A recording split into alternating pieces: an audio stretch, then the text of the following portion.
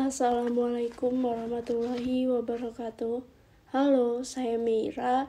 Di sini saya akan melanjutkan membacakan buku Sepi, Mengapa Manusia Merasakan Kesepian dan Bagaimana Berdamai Dengannya oleh Pijar Psikologi. Kali ini saya akan melanjutkan membacakan part ketiga dari buku ini. Part 3. Ekspresi kesepian. Sebuah dilema kesepian namun enggan berteman oleh Vika Nadia. Perasaan kesepian itu dilematis. Ada keinginan merakit hubungan dengan orang lain, tapi ada rasa ketidakpercayaan diri untuk memulai menjalin relasi. Seperti seseorang yang membangun sebuah jembatan yang menghubungkannya dengan orang lain, tapi jembatan itu diruntuhkan oleh dirinya sendiri. Rasanya seperti ingin menjalin kedekatan dan kehangatan dengan orang lain, tapi ada ketidakyakinan dalam diri atau rasa canggung yang selalu menggelitik. Dilema ini dapat memunculkan rasa bersalah maupun kritikan terhadap diri sendiri. Sebelum menyalahkan diri sendiri, perlu dipahami bahwa perasaan ini muncul karena beberapa sebab. Stigma terhadap rasa kesepian, serta kepribadian dan keyakinan atau belief yang dimiliki seseorang. Stigma sosial dan stigma diri terhadap rasa kesepian. Stigma dapat diartikan sebagai proses memberikan label atau kategorisasi terhadap seseorang maupun sekelompok orang yang cenderung dikaitkan pada sifat negatif. Stigma dapat dibedakan dari kemunculannya, yaitu stigma sosial dan stigma diri. Cara sederhana, stigma sosial dapat diartikan sebagai ketakutan seseorang akan penilaian negatif dari masyarakat. Penilaian masyarakat ini cenderung pada kualitas atau sifat yang negatif dari seseorang. Sebagai contoh, orang yang terlihat selalu sendiri dinilai kurang mampu untuk bergaul, sulit menyesuaikan diri, kurang menarik, dan tulus dalam berteman. Adanya anggapan negatif terhadap individu yang terlihat sendirian disebabkan karena hal ini bertolak belakang dengan kebiasaan masyarakat untuk menjalin relasi atau berada dalam suatu kelompok tertentu. Anggapan negatif masyarakat terhadap kesendirian bisa memunculkan stigma diri. Stigma diri bisa diartikan sebagai anggapan negatif masyarakat yang diterima dan diyakini benar oleh diri sendiri, sehingga menimbulkan dampak terhadap kehidupan pribadi. Penilaian negatif dari masyarakat terhadap orang yang menyendiri dapat membentuk pandangan bahwa diri memang kurang mampu dalam bergaul atau menjalin kedekatan dengan orang lain. Seringkali narasi negatif dari masyarakat ini menurunkan harga diri dan menyebabkan kurang percaya diri. Tak heran jika di kepala akan terus berputar suara-suara yang menjatuhkan diri sendiri seperti ada yang salah ya dengan diriku. Dan ini memperkuat perilaku untuk menarik diri secara sosial. Kepribadian, introvert dan neurotik menjadi karakteristik yang sering dikaitkan dengan orang yang merasa kesepian, seperti bahasan pada subbab orang-orang yang rentan kesepian. Bagi orang introvert, sendirian di rumah menjadi suatu hal yang menyenangkan.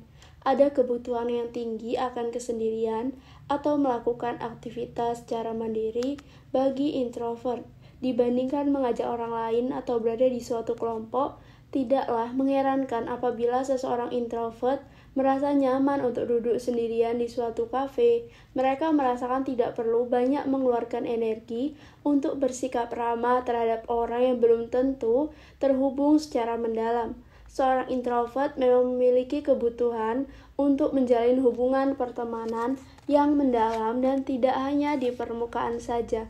Mereka lebih nyaman untuk berada di lingkup pertemanan yang kecil tapi intim, setia, dan bertahan hingga jangka panjang. Kebutuhan akan kesendirian dan kenyamanan berteman dengan orang tertentu dapat membuat seseorang introvert rentan memiliki perasaan kesepian. Keadaan kesendirian yang terlalu lama dapat membuat seseorang mengembangkan pemikiran negatif terhadap kemampuan bersosialisasinya dan juga orang lain, sehingga memperkuat keinginan dan perilaku untuk menyendiri. Penjelasan ini bisa dianalogikan dengan cara kerja otot.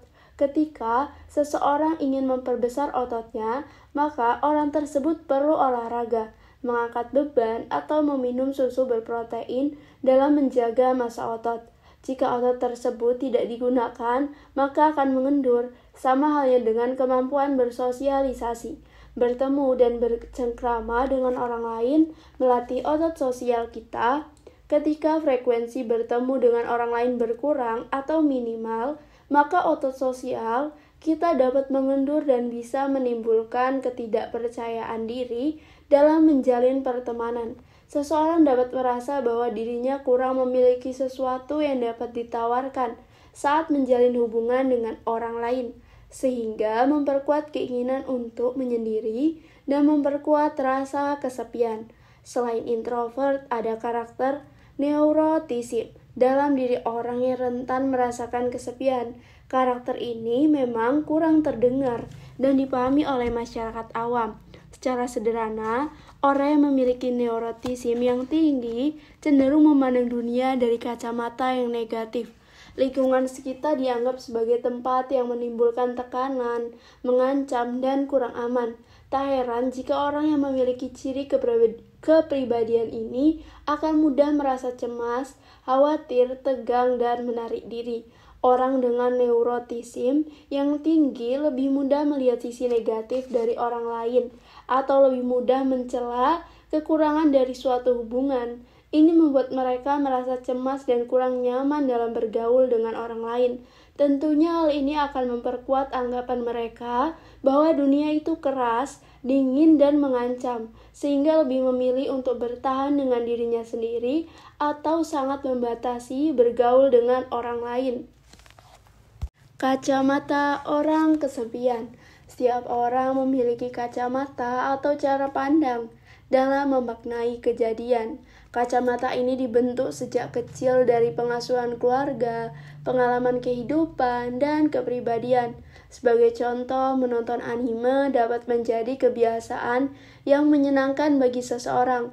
Namun ada orang yang ketika menonton anime dapat muncul perasaan sendu karena mengingatkan pada pengalaman masa kecilnya yang sering ditinggal orang tua. Objeknya tetap sama, yaitu anime, tapi pemaknaannya berbeda bagi masing-masing orang. Kacamata inilah yang akan memberikan warna tertentu bagi seseorang dalam memaknai dunianya. Dalam memahami kesepian, kita juga perlu melihat dari berbagai kacamata, termasuk kacamata orang yang kesepian. Seseorang yang merasa kesepian cenderung melihat interaksi sosial dengan kacamata ancaman. Artinya, seseorang yang kesepian lebih mudah menganggap bahasa tubuh, gaya bicara, dan ekspresi mata lawan bicara sebagai ancaman sosial atau serangan seperti kritikan, penolakan, dan kebencian. Keadaan seperti ini bisa saja terjadi karena pengalaman pergaulan sebelumnya yang kurang menyenangkan, sehingga seseorang yang kesepian kerap menginterpretasikan lawan bicara sebagai ancaman. Akhirnya seseorang yang kesepian pun memasang tembok sebagai bentuk perlindungan diri agar tidak disakiti lagi oleh lawan bicara atau teman barunya. Akhirnya proteksi untuk membentuk pertemanan atau relasi baru pun runtuh. Kepekaan terhadap penolakan dan kritikan ini membentuk pandangan negatif dalam memaknai perlakuan orang lain dan lebih mudah mengingat kejadian negatif dari orang lain.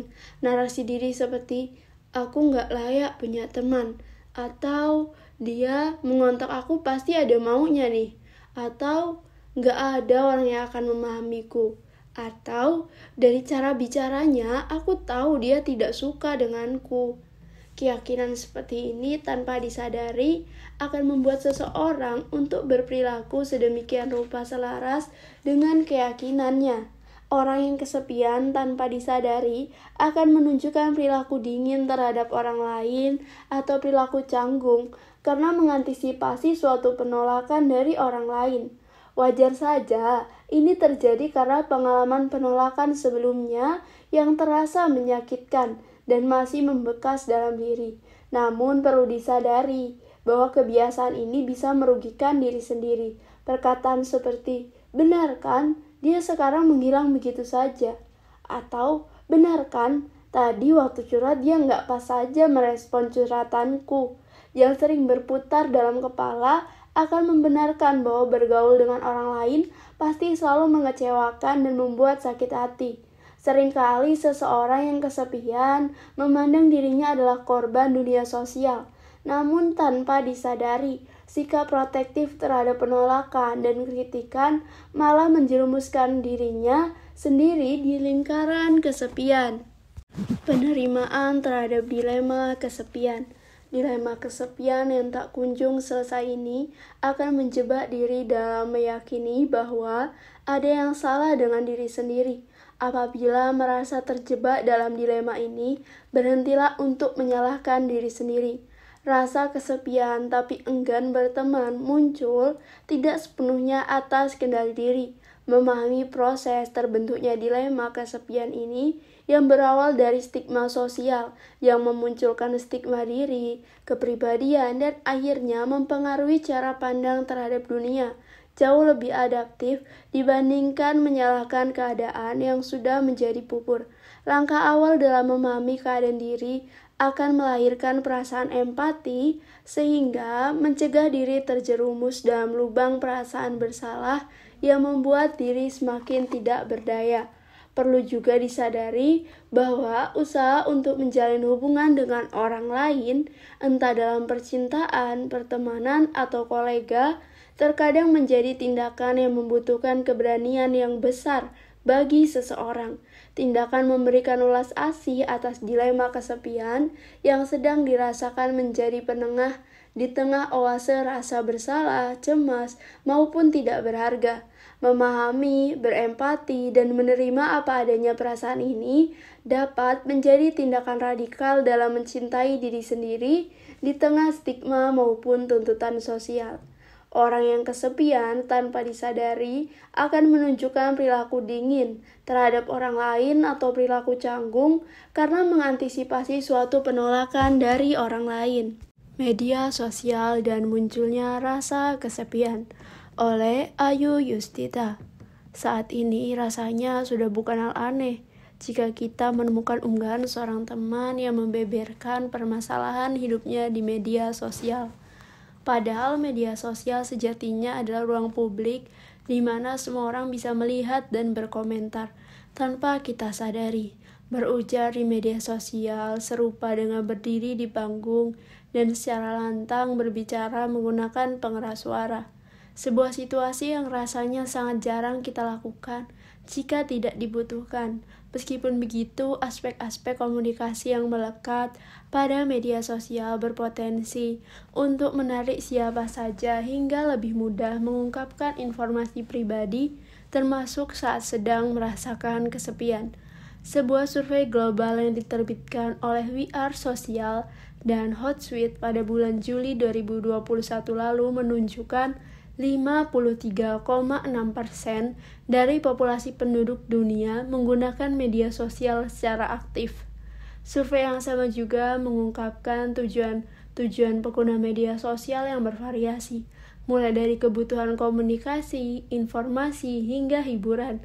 Beberapa tujuan yang disebutkan berkaitan dengan pengungkapan informasi dan ekspresi diri atau self-disclosure yang lumrah dilakukan di media sosial.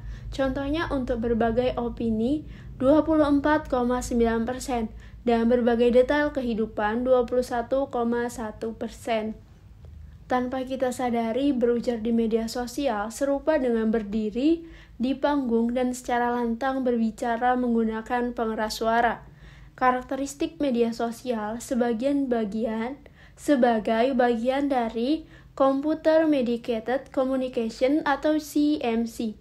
Untuk memahami alasan penggunaan internet bisa membeberkan masalahnya di media sosial dan kaitan antara media sosial dengan kesepian, ada baiknya kita sedikit memahami terlebih dahulu mengenai Computer Mediated Communication atau CMC, serta hubungannya dengan ekspresi diri di media sosial. Istilah CMC digunakan untuk seluruh komunikasi melalui kanal yang didimensi oleh teknologi komputer, seperti aplikasi chat messenger, forum online, dan media sosial. Dalam penggunaan CMC, ekspresi diri adalah sebuah aspek penting yang tidak bisa dilepaskan. Pada dasarnya, ekspresi diri merupakan aspek komunikasi yang biasa dilakukan, baik secara tatap muka, offline, maupun daring, online, yang kita lakukan atau untuk mengumpulkan informasi mengenai lawan bicara. Selain ekspresi diri, kita bisa mengamati isyarat nonverbal, seperti raut wajah, gestur tubuh, berdeham, dan sebagainya, serta melakukan observasi secara visual terhadap lawan bicara. Pada CMC, pengumpulan informasi melalui suara dan pengamatan visual mengalami keterbatasan, terutama jika kita hanya menggunakan media teks seperti chat.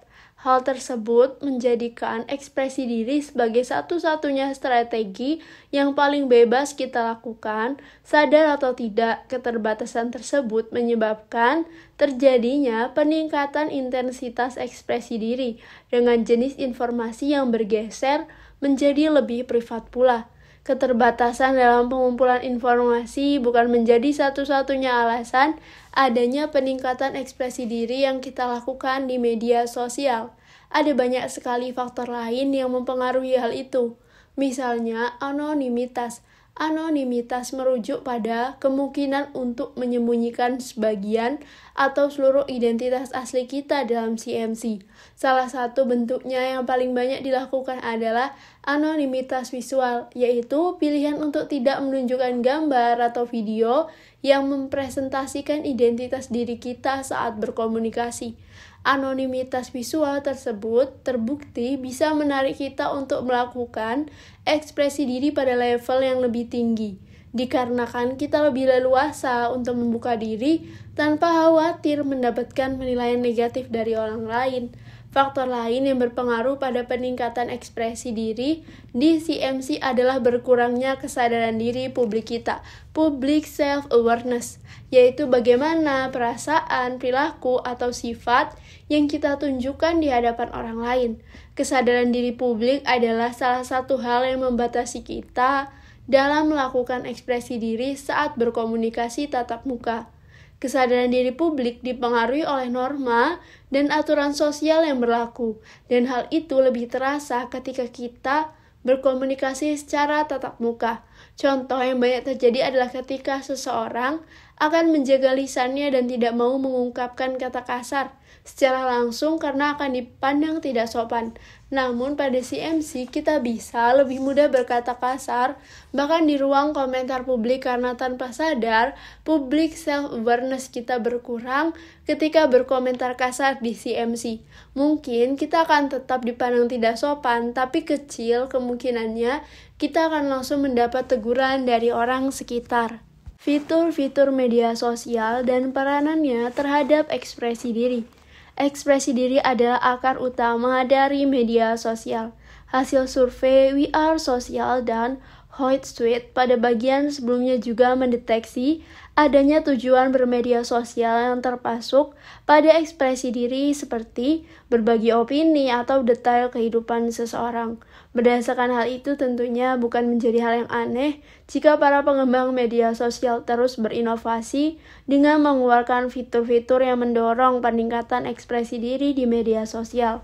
Untuk lebih mudah memahami fungsi dari fitur media sosial sebagai sarana ekspresi diri, mari kita simak tabel berikut ini yang mengambil contoh dari fitur-fitur Instagram. Baik, saya akan membacakan tabelnya. Yang pertama, terdapat fitur Instagram Post Feed dan aktivitasnya berupa Bunga mengunggah fotonya saat berlibur di Bali. Fungsinya, Bunga melakukan ekspresi diri. Lalu terdapat fitur yang kedua, yaitu likes. Aktivitasnya, Adit menyukai foto yang diunggah oleh Bunga. Fungsinya, Adit melakukan ekspresi diri secara simbolik berupa ekspresi suka atau likes. Lalu terdapat fitur komen. Aktivitasnya berupa Adit meninggalkan komentar pada foto yang diunggah Bunga. Fungsinya, Adit melakukan ekspresi diri dengan mengungkapkan opininya pada kolom komentar. Berdasarkan contoh di atas, kita bisa melihat bahwa fitur-fitur yang dimiliki Instagram terlihat memfasilitasi kita untuk melakukan ekspresi diri lewat berbagai cara. Tak hanya jenis fiturnya, sifat atau karakter khas dari fitur yang dimiliki sebuah platform juga dirancang untuk mendorong kita aktif berbagi. Contohnya Snapchat, salah satu messenger atau media sosial yang hits beberapa tahun belakangan. Salah satu sifat khas Snapchat adalah unggahan yang bersifat sementara atau temporary sharing yang dilengkapi dengan fitur penghancuran diri atau self-destruction. Artinya, sebuah unggahan akan hilang setelah dilihat dan atau melewati batas waktu tertentu. Serupa dengan fitur Instagram Stories dan Facebook Stories di mana unggahan akan hilang secara otomatis setelah kurun waktu 24 jam. Temporary sharing terbukti bisa menarik kita untuk lebih aktif dan lebih rela melakukan ekspresi diri. Misalnya, mengunggah foto selfie. Foto selfie yang diunggah pun cenderung berkurang batasnya. Misalnya dengan ekspresi wajah jelek atau pose meledek. Hal tersebut dikarenakan temporary sharing bisa mengurangi perhatian kita terhadap isu keamanan dan privasi. Padahal isu-isu tersebut tetap perlu dijadikan perhatian, mengingat viewers tidak memperhatikan sifat sebuah unggahan dan hanya fokus pada kontennya, sehingga saat kita mengunggah sesuatu yang mengundang penilaian negatif, kita akan tetap mendapatkan penilaian yang negatif. Tidak peduli apakah unggahan tersebut bersifat temporer atau permanen. Sampai bagian ini kita akhirnya bisa memahami bagaimana pengembangan dan kehadiran media sosial berpengaruh pada ekspresi diri. Seberapa aktif kita berekspresi di media sosial, tentu saja kembali pada diri kita lagi. Ketika kita bisa menggunakan media sosial dengan bijak, maka kita pasti bisa memilah hal mana yang layak dan tidak layak untuk dipublikasikan. Meskipun begitu, godaan untuk melakukan ekspresi diri di media sosial akan terus ada dan akan cenderung meningkat ketika kita berada pada kondisi rentan secara emosional. Misalnya saat kesepian, media sosial dan kesepian, pemicu atau perendam. Media sosial sering disebut sebagai pedang bermata dua. Kita perlu sangat berhati-hati menggunakannya agar pedang tersebut tidak berbalik melukai kita. Hubungan antara media sosial dan kesepian merupakan sesuatu yang sangat kompleks, dengan ekspresi diri sebagai aspek yang tentunya tidak bisa dipisahkan. Di satu sisi, penggunaan media sosial bisa menjadi pemicu kesepian, tapi di sisi lain, media sosial juga bisa turut berperan untuk meredamnya.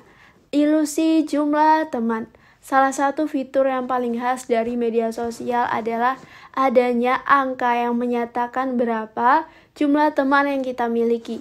Angka tersebut kita kenal dengan berbagai sebutan seperti followers, subscribers, connection, dan sebagainya.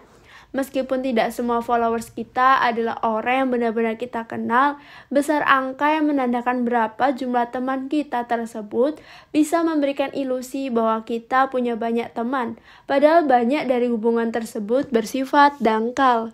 Ketika kita merasa punya 500 teman di media sosial, tapi tak satu pun dari 500 orang tersebut akrab dengan kita, rasa kesepian akan lebih mudah terasa.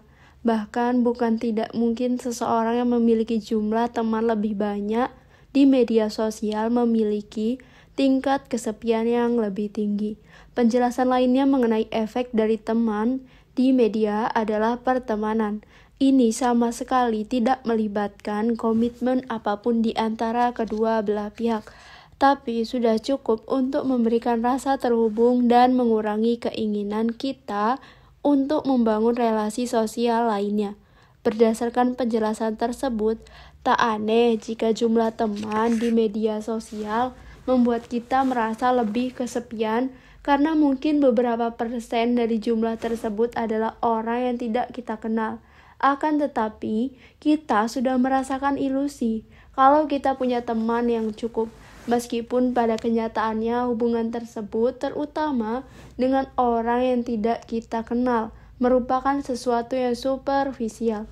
Angka yang menunjukkan jumlah teman di media sosial memang bisa memberikan ilusi negatif dan mempengaruhi persepsi kita terhadap kesepian. Meskipun begitu, terkadang jumlah teman yang lebih banyak justru berhubungan dengan penurunan rasa kesepian. Hal tersebut diduga karena tujuan penggunaan media sosial yang digunakan untuk memperdalam hubungan dengan teman-teman offline, sehingga besarnya jumlah teman tersebut bisa jadi merupakan tanda seseorang memang punya banyak teman pada kehidupan offline. Kemudian, untuk membangun dan memelihara hubungan tersebut, mereka juga berteman di media sosial. Bahkan bagi sebagian orang, tingkat kesepian yang dirasakan juga cenderung lebih tinggi ketika kita tidak banyak berteman dengan teman offline di media sosial. Hal tersebut mendukung dugaan bahwa media sosial seringkali digunakan untuk memperdalam hubungan dengan teman offline. Semua orang tampak bahagia.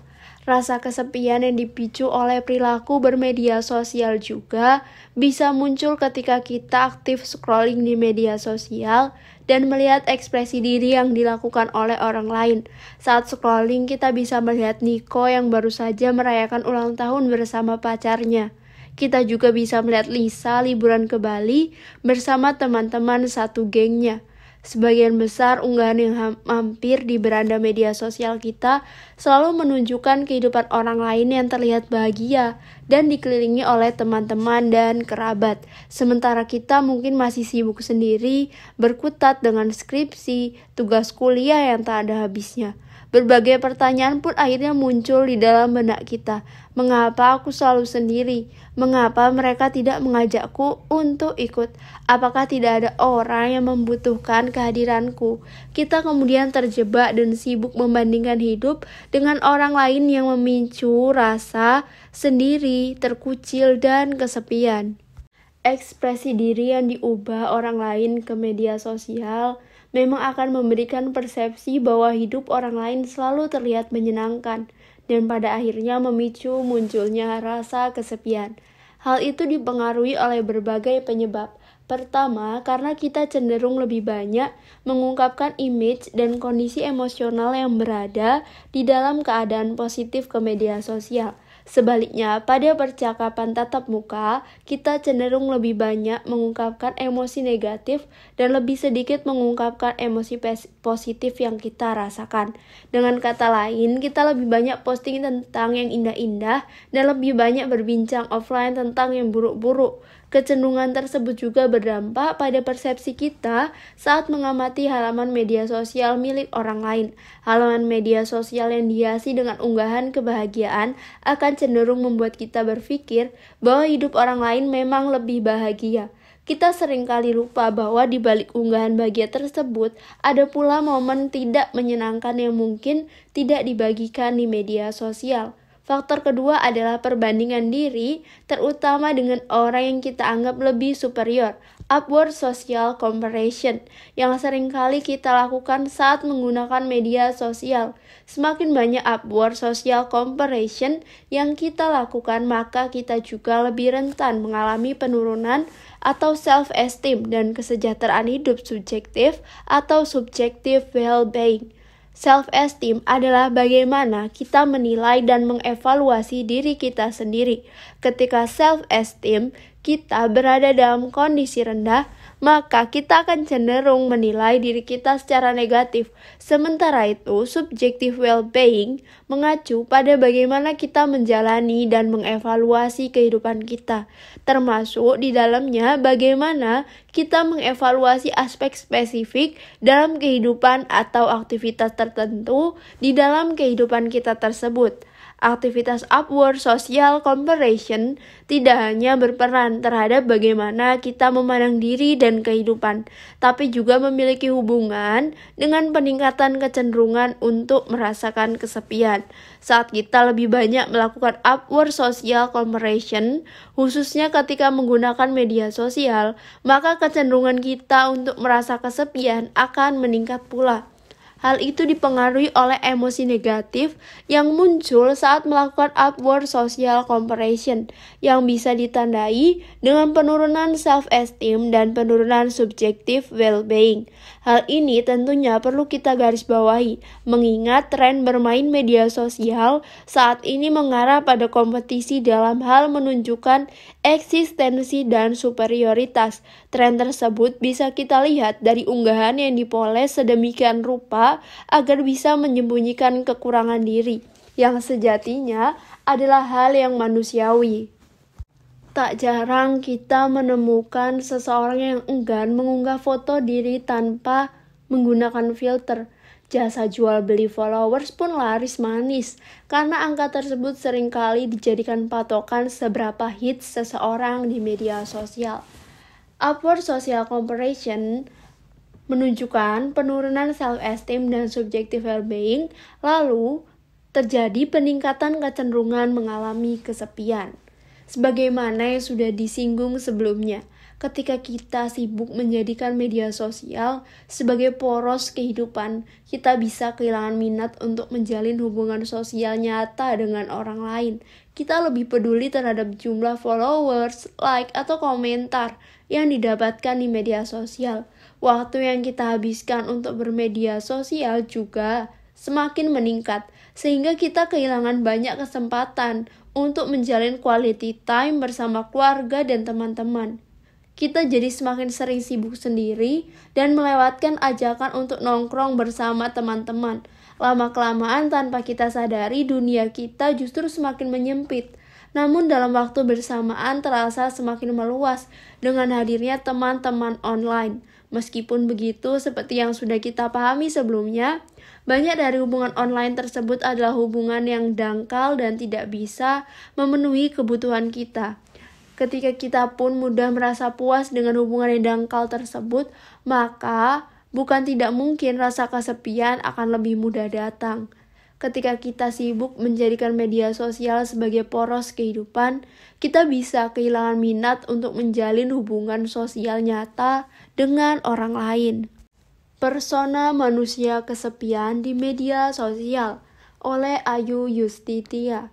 Perilaku seseorang di media sosial memang tidak bisa kita jadikan indikator untuk mendiagnosis kondisi kesehatan mental seseorang, akan tetapi jika kita bisa merasakan perubahan perilaku bermedia sosial orang terdekat kita, bisa lebih mudah memberikan dukungan termasuk kepada mereka yang sedang mengalami kesepian.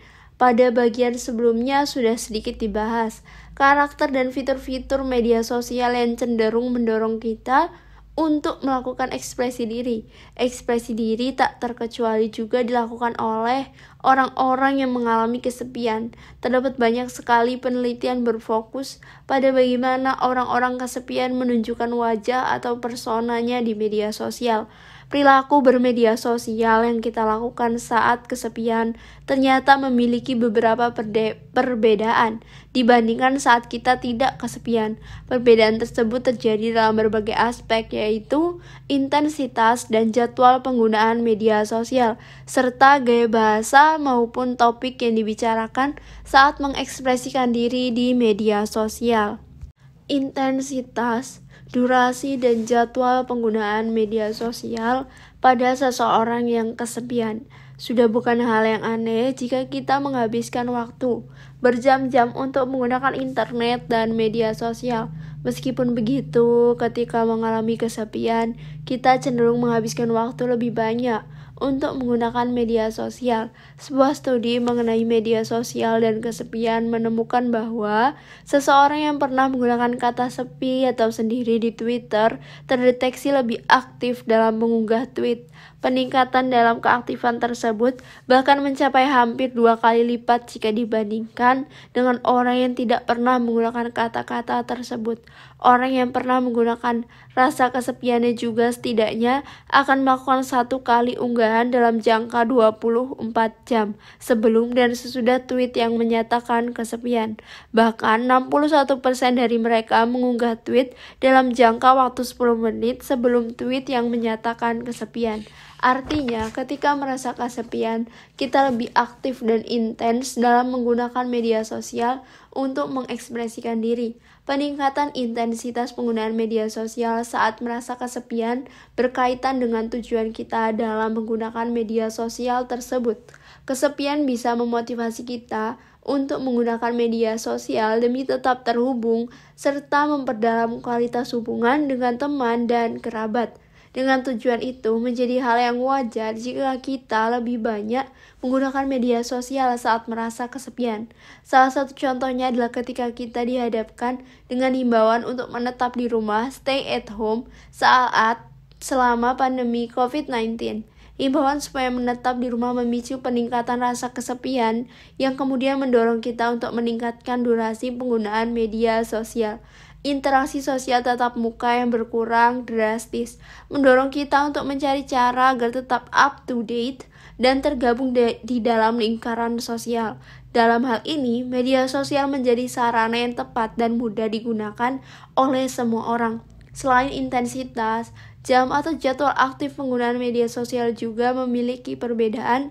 Ketika kita mengalami kesepian, kita ternyata lebih banyak mengunggah sesuatu yang bertema kesepian di malam hari. Hal itu diduga berkaitan dengan gangguan tidur yang lumrah dialami saat seseorang merasa kesepian. Tak jarang gangguan tidur tersebut diekspresikan secara gamblang di dalam unggahan media sosial seseorang yang sedang merasa kesepian. Kesepian memang memiliki hubungan dengan kualitas tidur. Ketika seseorang mengalami kesepian, kualitas tidurnya akan menurun dan mengalami lebih banyak tanda-tanda insomnia. Menariknya, hal tersebut juga terjadi sebaliknya. Ketika kekurangan waktu tidur atau memiliki kualitas tidur yang buruk atau sleep deprivation, kita akan cenderung menarik diri dari orang sekitar yang kemudian mengarah pada kesepian. Bahasa yang digunakan dan tema yang dibicarakan. Ketika kita mengalami kesepian, ternyata dapat perubahan bahasa yang kita gunakan untuk mengekspresikan diri di media sosial.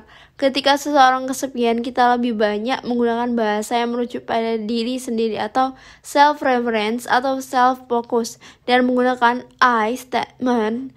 I statement yang dimaksud adalah unggahan yang menggunakan kata ganti pertama seperti saya, me, atau diri saya, myself.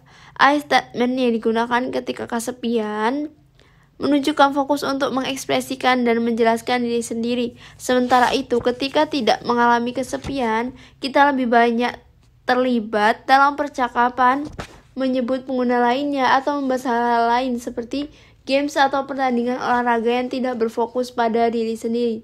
Selain bahasa yang digunakan ketika mengalami kesepian, kita juga cenderung menggunakan topik-topik khas saat berekspresi di media sosial. Kita cenderung lebih aktif melakukan self-disclosure atau membuka diri tentang hal-hal pribadi seperti kondisi kesehatan mental. Kondisi kesehatan mental tersebut bisa berupa gejala psikosomatis, gangguan tidur, emosi yang tidak terkontrol, pola makan tidak sehat, hingga yang terbilang berat seperti penyalahgunaan alkohol dan obat-obatan. Topik lainnya yang juga sering diungkapkan di media sosial ketika seseorang mengalami kesepian adalah tentang proses berpikir. Proses berpikir di sini misalnya kontemplasi atas apa yang terjadi dalam hidup kita. Misalnya refleksi di atas masa lalu dan apa yang akan terjadi di masa depan. Saat membicarakan hal-hal tersebut, kita lebih banyak terlihat seperti berada di dalam nuansa tidak berdaya atau helpless. Saat merasa kesepian, kita juga lebih banyak menjelaskan mengenai kebutuhan, perasaan, hasrat, dan penilaian personal selaras dengan penggunaan self-reference dan I statement yang sudah kita singgung sebelumnya. Emosi negatif juga menjadi topik yang sering kita ekspresikan di media sosial saat mengalami kesepian. Unggahan yang mengandung rasa marah, murung, tidak berdaya, benci, cemas, bahkan tak jarang menggunakan kata-kata umpatan lebih banyak kita ungkapkan saat mengalami kesepian. Tak jarang kita juga mengekspresikan rasa kekurangan dalam interaksi sosial, baik yang terjadi dahulu kala maupun saat ini. Ekspresi tersebut juga seringkali diikuti dengan keinginan untuk membentuk hubungan baru secara online, selain menuliskan hal-hal bernada emosi negatif atau kontemplasi. Ketika seseorang mengalami kesepian, tak sedikit juga yang menunjukkan perilaku meminta bantuan atau meminta ditemani secara simbolis seperti menandai atau mention atau tag salah satu teman pada unggahan di media sosial atau melalui direct message atau DM untuk menanyakan kabar dan memulai percakapan.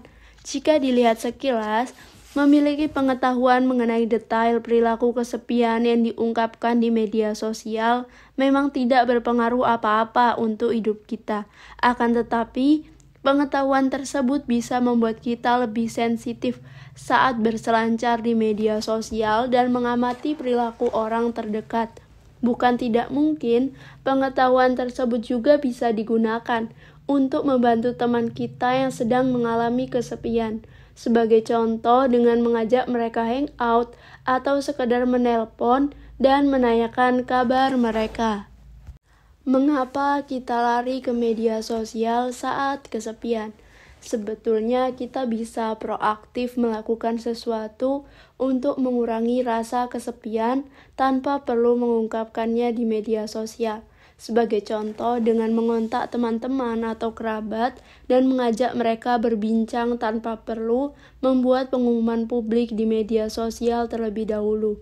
Akan tetapi, merupakan sebuah hal yang manusiawi jika kita tetap punya kecenderungan untuk berekspresi dan mengikuti tren dengan mengekspresikan rasa kesepian kita di media sosial. Terlepas dari sifat alami dan fitur media sosial, saat berbicara mengenai kesepian, terdapat berbagai alasan yang tanpa disadari membuat ekspresi diri di media sosial menjadi hal yang sangat menarik. Apa saja hal-hal tersebut? Paparan konten yang kita terima setiap hari. Semakin banyak kita menghabiskan waktu di media sosial, maka semakin meningkat pula kerelaan kita untuk mengungkapkan informasi pribadi, termasuk yang tergolong sangat sensitif. Hal tersebut terjadi karena kita pun melihat ada banyak orang yang meluapkan emosinya di media sosial. Selain itu, seperti yang sudah dibahas sebelumnya, kesepian semakin membuat kita ingin mengunggah status lebih banyak dan semakin lama berselancar di media sosial. Agar lebih jelas, kamu bisa melihat gambar di bawah ini untuk memahami hubungan antara penggunaan dengan pengekspresian kesepian di media sosial.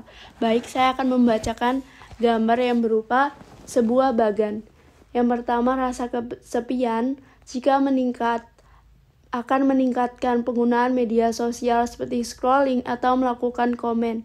Lalu terjadi peningkatan paparan emosi. Setelah itu, akan muncul rasa keinginan untuk melakukan self-disclosure termasuk kebutuhan, perasaan, opini pribadi, dan kesepian, yang ujungnya mengungkapkan self-disclosure di media sosial. Keinginan untuk melakukan katarsis. Alasan lainnya yang mendorong seseorang untuk mengungkapkan rasa kesepian di media sosial adalah katarsis. Katarsis adalah ekspresi yang dilakukan untuk meringankan dan melepaskan emosi negatif yang kita rasakan. Katarsis bertujuan untuk melepaskan dan memunculkan emosi terpendam yang berasal dari kejadian traumatis ke alam sadar kita. Katarsis sangat bermanfaat untuk kesehatan mental karena dapat menghindarkan penumpukan emosi negatif yang berpotensi merugikan kita di kemudian hari. Katarsis bisa dilakukan dalam berbagai bentuk, misalnya mendengarkan musik, menulis buku harian, atau menonton film.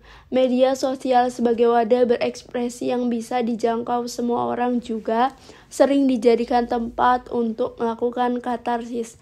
Saat pandemi COVID-19 misalnya, media sosial menjadi pilihan untuk melakukan katarsis yang mengungkapkan ekspresi diri mengenai situasi sulit.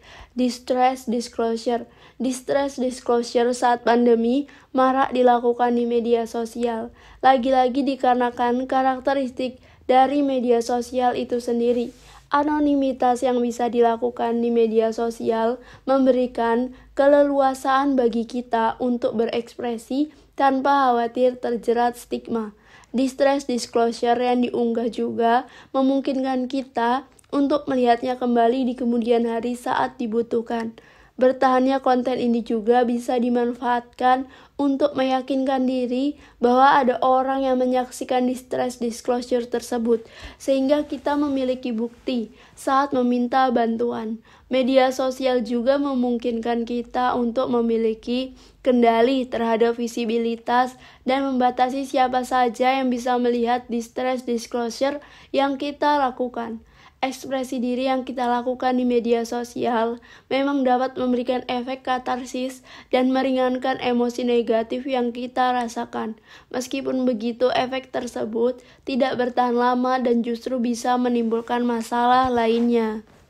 Ketika kita berhenti menggunakan media sosial, rasanya kesepian yang kita alami akan kembali datang dan memicu kita untuk meningkatkan durasi penggunaan media sosial. Jika hal tersebut dibiarkan berlanjut, bukan tidak mungkin kita malah akan mengalami ketergantungan media sosial.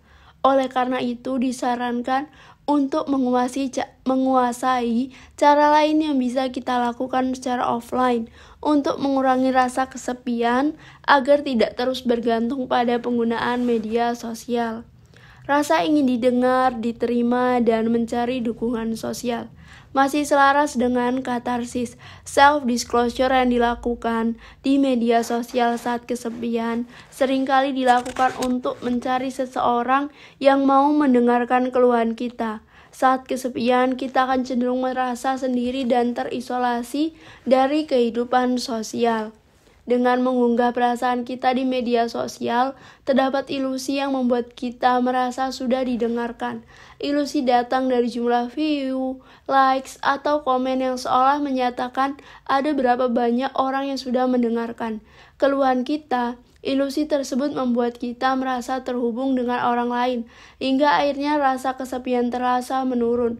Uniknya, penurunan rasa kesepian akibat ilusi tersebut sebenarnya akan tetap hadir dan tidak terpengaruh pada ada tidaknya orang yang merespon unggahan kita. Meskipun begitu, seperti yang sudah disinggung sebelumnya, ketika mengunggah rasa kesepian, seringkali kita juga mengungkapkan keinginan untuk berinteraksi secara sosial.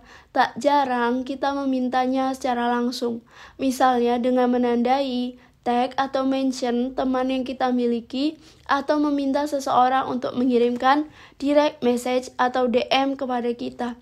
Hal tersebut menandakan bahwa bagi sebagian orang, pengungkapan rasa kesepian di media sosial tetap dilakukan untuk mencari dukungan melalui respon dari orang sekitar. Pengungkapan rasa kesepian di media sosial juga seringkali diposisikan sebagai cara untuk mencari penerimaan dan empati dari orang di sekitar kita. Ketika mendapatkan respon dari orang lain yang menyatakan bahwa ia bisa memahami apa yang kita rasakan, terkadang hal tersebut sudah cukup. Media sosial memang bukanlah tempat bagi kita untuk mencari pemulihan emosional yang seutuhnya. Akan tetapi, media sosial bisa menjadi jembatan agar kita dapat merasa diterima, tidak terkucilkan, serta tidak sendirian, yang pada akhirnya membantu kita untuk perlahan mencari bantuan dan pulih seutuhnya. Ya, bagian pertama dari buku ini telah selesai. Semoga kalian semua bisa mendapat banyak manfaat dari bagian ini. Dan semoga kita bisa bertemu di bagian selanjutnya dari buku ini di waktu yang akan datang. Terima kasih telah mendengarkan.